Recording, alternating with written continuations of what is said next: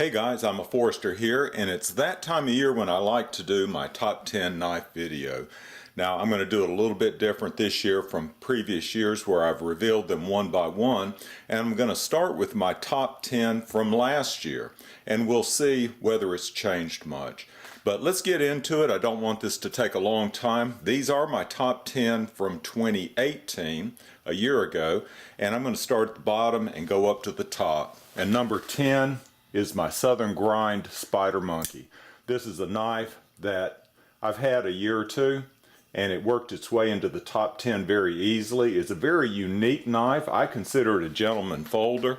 Really like it. And I will say I have carried each one of these knives within the past 30 days. So I do carry them. But they're on this list not because they're the most carried, but because they're the last knives that I would get rid of. Okay, number 9 is a knife that is something of a cult, has a cult following. It comes from Switzerland, and it's a Klotzli Sarra. There are two Klotzlis on this list. We'll get to the other one shortly. And I would consider this Klotzli Sarra as a true gentleman folder. Number 8 on the list is a Reeve knife that you've seen before if you follow my channel. That's the small Sebenza. Love those wooden inserts. And this is a gentleman folder, but it's branching into sort of a multi-purpose use. You could use this for anything in a pinch.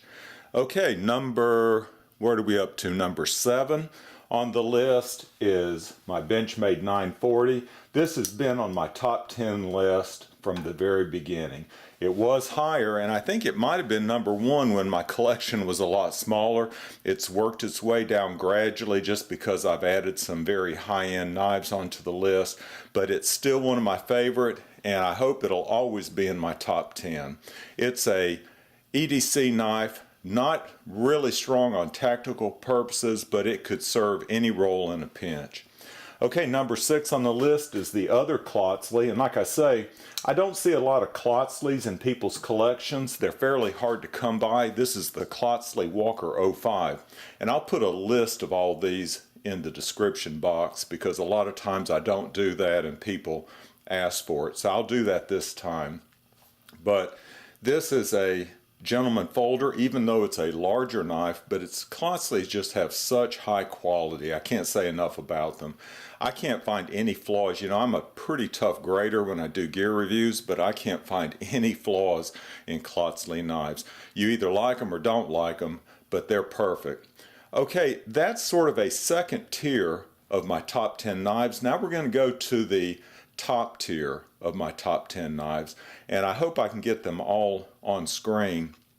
But all of these, you'll notice, are larger knives, and that's because the top tier, the ones that I would keep to the very end, would be knives that could serve dual purposes, be a large EDC knife as well as serve a tactical purpose. One that everybody seems to like is this Benchmade Crooked River. This is a beautiful knife. Larger knives fit my hand a lot better than smaller knives. That may or may not get in the picture. Yeah, it did. But that's number 5 on the list. Number 4 is the ZT0561. This knife really fits my hand well. It's only ranked higher than the Crooked River because it's more secure in my hand. We got as our top 3 2 Hinderers and a Sebenza. This is the XM18. Love those blue scales. Very secure in my hand. Higher quality, I would say, than the ZT, but not by a whole lot.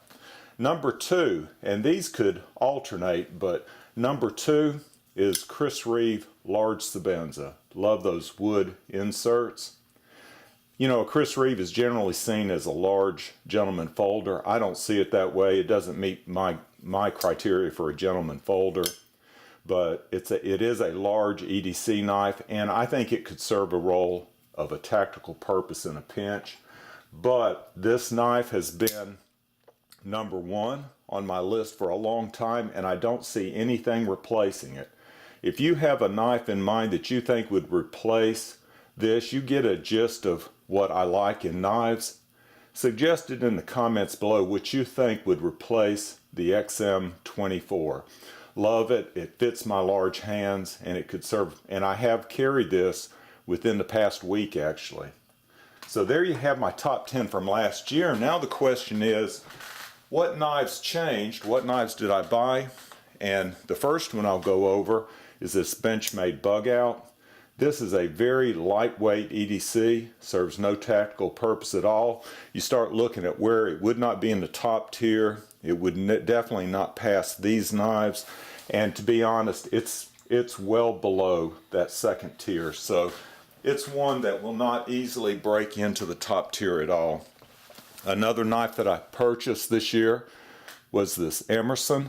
And I do have one other Emerson. This is the Roadhouse.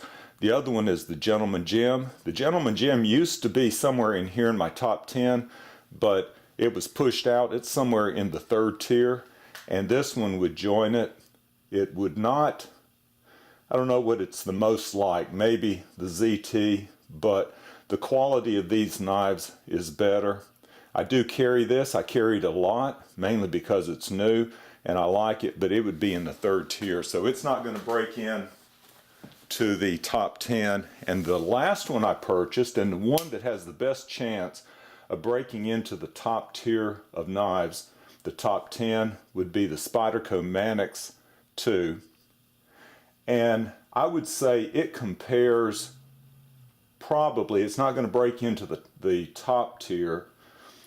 You know, I don't know, these are single purpose knives down here. This is a large EDC. It's not going to break in. It's going to be somewhere in that third tier. So there you have it. My top 10 list has not changed for 2019. It's exactly the same as before. What I would ask of you is, what knives do you think, based on what you see that I like, what knives do you think would break into my top 10? I do want to focus on those. There's only one knife on my list to get for 2019, and that's a Paramilitary 2. I want to get one that I like with brown scales, or I just saw some with red scales and I really like those. But what other knives should I look at? I do want to try to upgrade my collection overall and improve my top 10 if possible. Hope you've enjoyed this. Y'all take care and have a great 2019.